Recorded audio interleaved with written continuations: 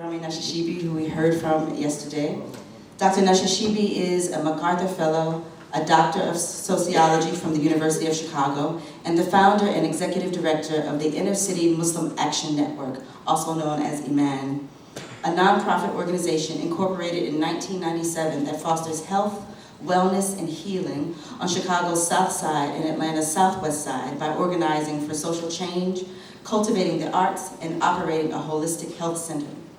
As a community leader building bridges across racial, religious, and socioeconomic divides to confront the challenges of poverty and disinvestment in urban communities, Rami has successfully unified a diverse set of constituencies around a shared focus of social justice. He serves on the board of directors of the Marguerite Casey Foundation and Pillars Fund, and in 2020, Rami made his debut as a musician, songwriter, and executive producer of This Love Thing. He has worked with several leading scholars in the area of globalization, African American studies, and urban sociology. Rami has also taught at the Chicago Theological Seminary, where he was a visiting professor of sociology, of religion, and Muslim studies.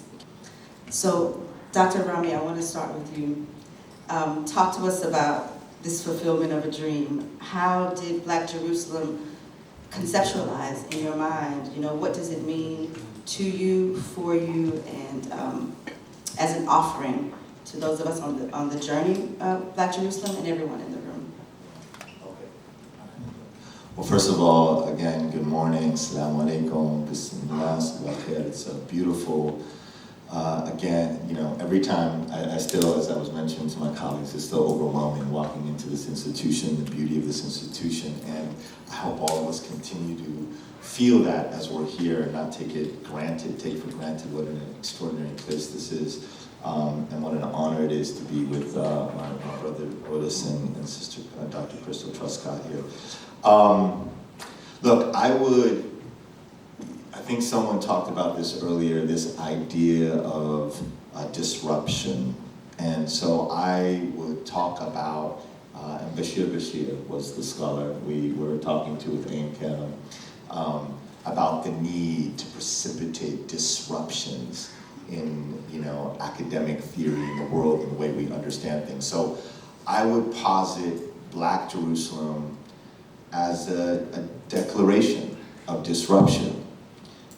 To radically reimagine the sacred city of Jerusalem, all of its surrounding geography, Bethlehem, Jericho, and all of our connections to it over the millennia, to theorize and put into practice liberatory pathways. I'm going to say that again because I know it's a mouthful, but yeah, it's important because people are asking us, what do you think of Black Jerusalem? So I'm going to talk about it again as a declaration of disruption to radically reimagine the sacred city of Jerusalem and its surrounding geography, and to theorize and put into practice liberatory pathways. Now, what does that mean practically? And I think to answer that, we first want to start with the why. Why do we need this? Why do we need this disruption? And in my mind, the answer to the why starts with that extraordinary sermon that we heard in Jebel Zaytun the other day. If you missed it, you missed it. You got it, you were there. And you heard Pastor Moss talk about a residue that we all kind of are still trying to shake off, that colonial crud, the imperial ink, the white supremacist stink, right? Or to quote the greatest literary MC to grace the earth over the last 5 decades, Yasin Bey, otherwise known as Mos Def, I used to speak the Queen's English on my lips. Then I got a rash and now I speak like this. Yasin trying to get that Queen's English and the rash that it infected all of us with not to only affect our pronunciation, but the way we talk, how we think, how we look at each other, how we look at ourselves, how we look at the world. Whether it's books like Caste, or whether it's books that help us understand the sick, demented topologies of racial hierarchy that we've all inherited over the last 250 years. The centering of a narrative that positions nobility, the noble mission as it was called, the civilizing mission, to think that we have somehow cured ourselves of that is a delusion. And to think that somehow we are not going to move forward without properly diagnosing how infected we all still are. With loving affection, King still used to look at brothers and sisters who hailed from Irish, Lithuanian, and Polish, and in some cases Arab, and others who have somehow clinged onto this notion of whiteness as his sick white brothers. He didn't stop calling them their brothers and sisters in humanity, but he just simply acknowledged what should be a historical, sociological fact, that whiteness, colonial notions of supremacy, the way they were imposed upon us, the sciences that it created, the notions of eugenics, the craniology, even the sciences and social sciences of anthropology and sociology were crafted out of the cauldron of this colonial sickness. Someone said to me as I got off the stage the other day, I'm still okay with the Middle East. I don't know. And I don't mean to disparage it. And I don't want us to mislead. I don't want to think that the idea of the Middle East is what I'm getting at. That's just the tip of the iceberg. But it should get us to ask questions. How we orient ourselves. Maps are important. How we orient ourselves in the world, right? So one is the why. The why is we are sick. And we are sick globally. We are sick transnationally. And all of us are affected by this sickness. And this sickness has deadly manifestations. This is not just a theoretical subject. We see it every day. It has permeated our religious and spiritual expressions. What otherwise would be beautiful ways in which people can connect to the divine in more extraordinary, organic, embodied ways become a militarized way of imposing a sense of that sickness on others, protected by mass arsenals of destruction. So that's the why. And there's much more to say about that. But then the second thing is the what.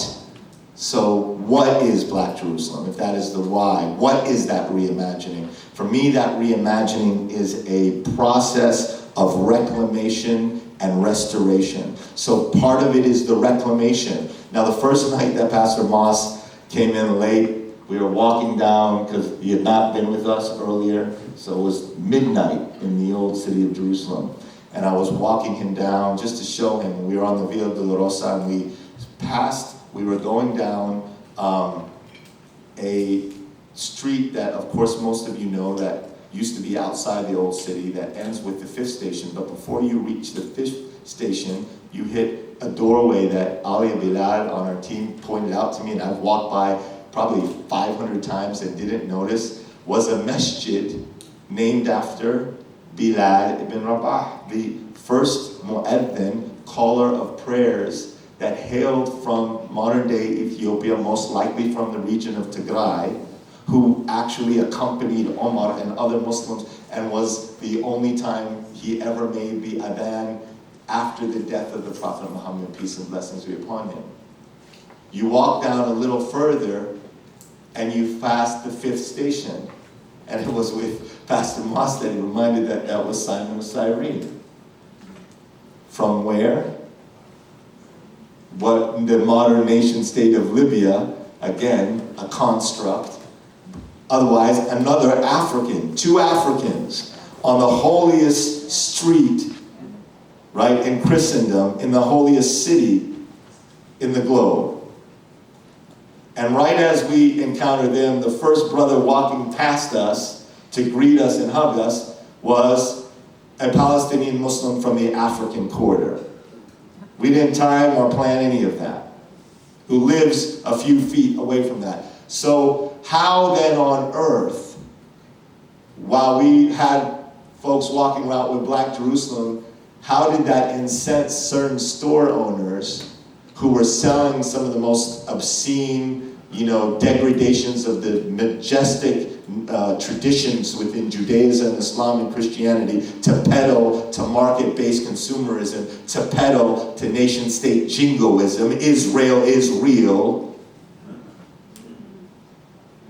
Those types of things, peddling to the worst, and yet you're selling those shirts and then looking at one of us and saying, what is Black Jerusalem? This isn't Black Jerusalem. That is part of that reclamation project, reclaiming. The second part is reclaiming that it wasn't just those types of disciples or folks like Bilal, that even Moses. Why don't we understand Moses as an African searching for the promised land? When even in traditional Islamic texts and other, he's described unambiguously with African dark features. He's undoubtedly an African. Yet we don't draw those connections. The other piece, of course, going from, and we can go on and on, from Sheba and Bilqis in Ethiopia to the modern connections that continue to sustain and animate, yet somehow the idea of reclaiming or this extraordinary geography is offensive to some. But what is it offensive really to? It's offensive to that crud, that residual crud that we're talking about, because somehow at some place the proximity to whiteness, even among oppressed people, meant that I can get closer to liberation. That was the formula presented to those of us living under the tutelage of this oppression, that the way out was proximity. Let me study in their schools. Let me speak their English. Let me be like them. Let me see the world like them. Let me dress like them, walk like them, talk like them. Let me be them. That was the sickness. Yet reparation and restoration is to understand that we must exercise that from our collective human family and restore a sense of what it means to be a human being in touch with a soul that is aligned to the divine and one another, free of these sick creations that have put obstacles between us. A restorative practice is also what's at the heart of Black Jerusalem, and it is indebted, and I'll end with this as we close, with the how, because the restorative practice is embedded and attributed to for a person that does not come out of the Black American tradition, but has been absolutely informed and influenced and absolutely privileged to be able to see a pathway of understanding myself and others in a way that redeems a sense of what the human being could possibly be through it, because no other group of people on the face of the planet in our modern era has endured the type of sustained Holocaust-like conditions for centuries other than the Black American community. This should be an acknowledgement for all people from all times across the globe. It is why a force like hip-hop animates every corner of the globe. It's why kids in the Gaza Strip are literally looking at lyrics from hip-hop artists that came out of the Bronx and came out of the places like Southside Chicago, because the Black American tradition was a tradition that provided a pathway for liberation and sustainability. And so it's with that we also understand that there are reparative, restorative models that we can all absolutely tap into. And the how, and I'll end with this, is about that sacred notion of mutual accountability. I cited this verse that is often one that animates me in the Muslim tradition. Kunu qawamina bil qist, be people of justice. وَلَوْ عَلَى أَنفُسِكُمْ, that ayah continues even if it means standing against ourselves, meaning beginning to hold ourselves accountable. I speak to my Palestinian brothers and sisters who come to the United States, whose proximity to whiteness allows them to be blinded to the same types of oppressions that exist here, open up stores in low-income black neighborhoods, live in more wealthier, affluent white suburbs, exploit black communities, exploit the type of resources from black communities, perpetuate the types of oppressions that they want the world to be awake to here. You cannot have your cake and eat it too. If we are going to be about liberation, we have to be about all of our context of human liberation. So Black Jerusalem is finally a declaration that we are not free until we are all free, and we are not all free until black folks are free here and across the globe. And I don't with that.